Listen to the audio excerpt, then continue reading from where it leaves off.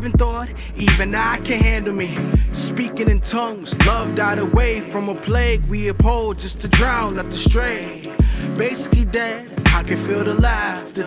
How are you guys doing, man? It is Michael Seuss, your legendary Prince of Heels with bars and joysticks.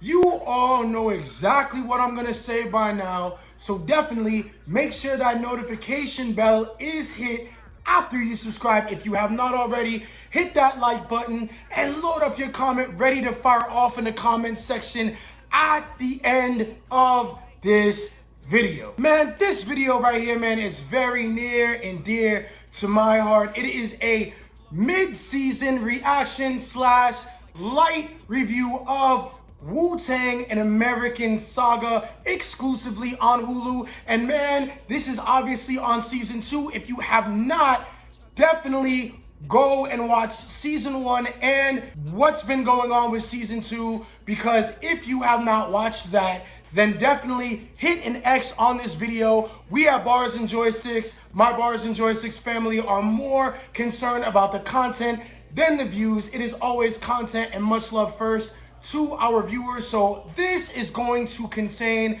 a shit ton of spoilers. So again, I repeat, if you have not seen season 1 or you have not yet seen all of season 2 thus far, click the X on this video and go watch something else on Bars and Joysticks and come back when you are up to speed. I really gotta say, man, season 2 is lit as fuck.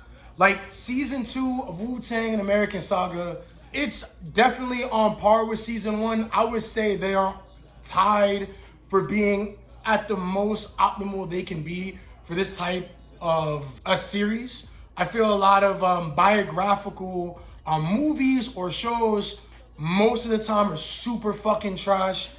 I did not do one on season 1 because I was super late into getting into this, because people who know me, dog, know how much of a Wu-Tang fan I am and how integral they have been to me developing my style as an MC, and just how much albums and content from Wu-Tang I have bought over the years, especially since I've started rapping. Coming into this from season 1 and definitely even starting season 2, I have held this to the highest of a standard. Like, what exactly are they going to do? How exactly are they going to map our story from beginning to end? Very important to someone like me. And I gotta tell you, from season 1 up to right now, I believe it's on episode 8. I haven't seen episode 8, but I've seen season 2 launched. They launched the first 3 episodes right then and there. And I gotta tell you, they did not hold back on pretty much all the fucking shit that we would need to get us not only just back into it, but really progressing the story. I feel that RZA and everybody else that's doing this series, every member of the Wu-Tang Clan is involved in this, and I definitely think it's shown. A lot of people at the beginning, some of them are like, oh, they don't really look like their counterparts, but I gotta say, in this particular biographical piece and these 2 seasons, these guys really, like the actors behind each of the MCs they portray, they do, I feel, the best job that any particular program in this vein has ever done. Dave East plays Method Man. They got a new dude playing INS. No disrespect to Joey Badass, but I definitely feel that this guy kind of gets it a lot more. Shameik Moore, who's been out for a very long time and really putting in his fucking work, man. He was even Miles Morales, definitely was on that show on Cartoon Network. Incredible crew. He's done a lot of other things. Co-star with Ashton Saunders in a movie that was also produced by the RZA. He's been doing a lot of dope fucking shit. And I don't know the dude by name who plays ODB and GZA. You got is fucking uncanny. Like, if you have seen season 1, then you already pretty much know how it ends from I Declare War.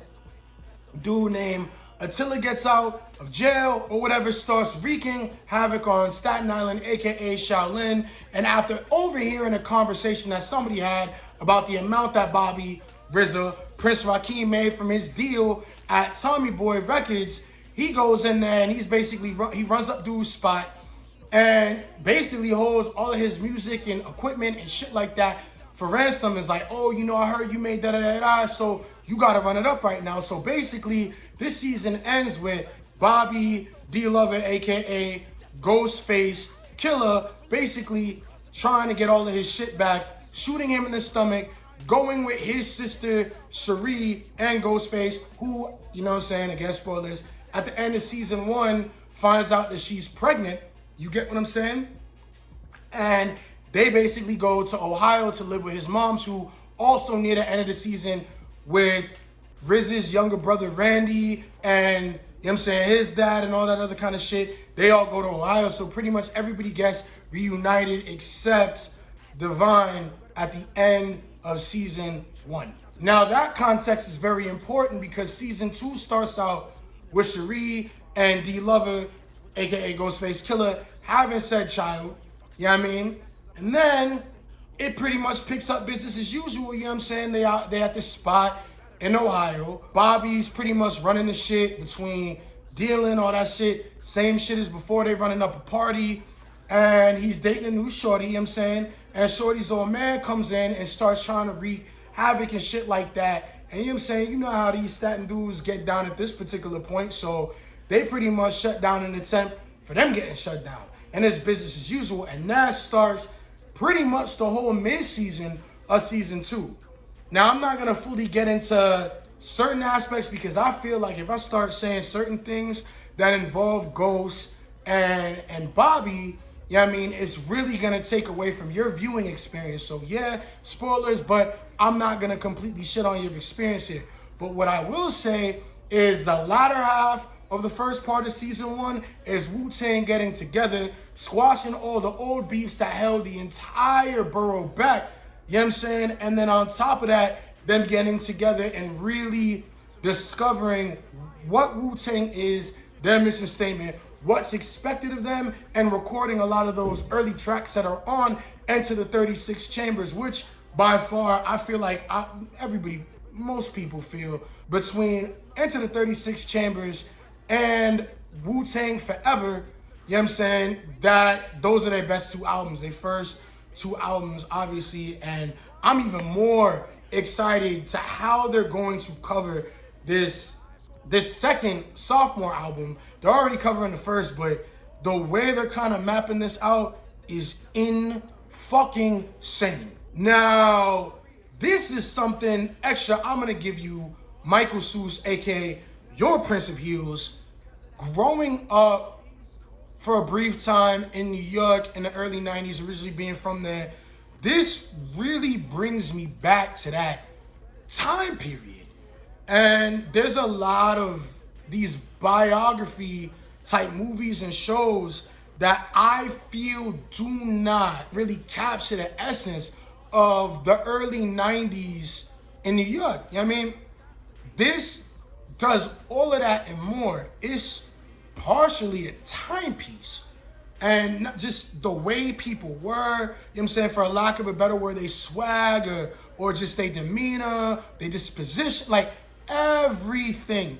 It really takes me back in time of being a little shorty out there. And I gotta say, you know, shouts out to RZA and all the members of the Wu-Tang Clan for really, once again, being trendsetters in music and film, entertainment, and media and pop culture, and really being some of the best storytellers and being able to map this out in such a way that really touches a lot of people. I feel like a lot of people that are either, you know, my parents' age, older, or even younger people, or all anybody that was able to experience that time period are really gonna take away a lot from this. It's not just Wu-Tang's story, this is New York's story. And I couldn't really be more thankful and grateful that this exists on multi-levels. Now, before your Prince of Heels wraps up this Wu-Tang, An American Saga Season 2 analysis, there's one thing I also need to bring up besides the whole timepiece point, and really that is RZA in an interview recently had pretty much hinted that there's going to be at least 3 to 5 seasons of this, and I definitely think this can go on for a bit. You know, just the entire blackballing of the Wu-Tang Clan from that whole Hot 97 situation beyond can really take a whole season, and everything from Wu-Tang Forever getting up to that point can take another season. There's so much shit. As me doing a lot of research as a fan long before this season's really been popping off, there's so much layers of Wu-Tang Clan that they could really cover. And yeah, there's been a lot of talks of members of the clan who have produced on this or have consulted. They've said a lot of this stuff has been kind of, you know, they didn't really use the phrase watered down, but they said a lot of this shit has been dramatized, or there have been certain aspects dramatized to really make for TV, and that's to be expected. But there are a lot of things that did happen that have been twisted. It's been kind of morphed to really fit TV, because if they were going to do everything that's been really highlighted in documentaries or things that have been really shown in like interviews or behind the scenes type footage from not the 90s till now, that's fucking 3 seasons in itself. So I'm really anticipating the season 3 on this, and where the fuck are they going to go from here and how?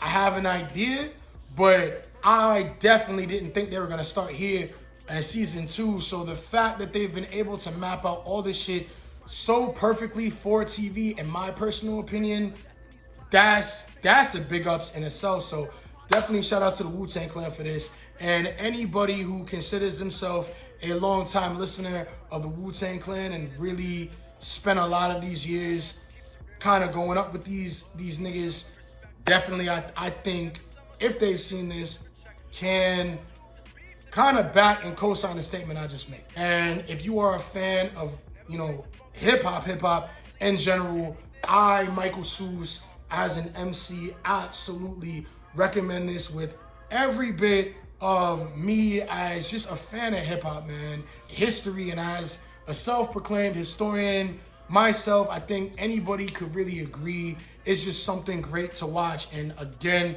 I will reiterate this again for all of my Bars and Joysticks family. I feel like as a timepiece and as a biographical work, it is definitely the best of its kind with hip-hop or music in general. Definitely do not sleep on this at all. Do not. So, unfortunately, that is going to conclude this mid-season analysis on Wu-Tang and American Saga Season 2. Like I said, if you have not checked that out, also, man, I will be getting into the gas more so when this season concludes. So, be sure to follow all Bars and Joysticks social media platforms. Be sure to subscribe, like, and comment on this video. We got so much more gas on the way, man. This right here, this is just Michael Seuss, your Prince of Heels. You know what I'm saying? What about Paco Escobar with his gas interpretations of absolutely everything in the world of gaming and hip-hop? You have Taj Benjan, who is also a pretty known DJ in the Orlando area. And I will say, out of all of my friends and family making the most appearances and getting the most gigs out of anybody that I know so far, you know what I'm saying? Shouts out to Tazi. For sure, keep up with all of us, man. We love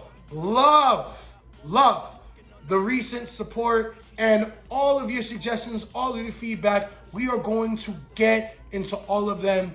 Do not miss a beat. We are going to be getting more and more to you all as time passes. It is Michael Seuss, your Prince of Heels, with Bars and Joysticks. Peace, love, and hair grease to all my Bars and Joysticks family. Uno. Schemes an aphrodisiac, my eyes through my mask sends an intense blast. My synopsis, the death of fiber optics, an accidental string of deaths, the acts of a novice.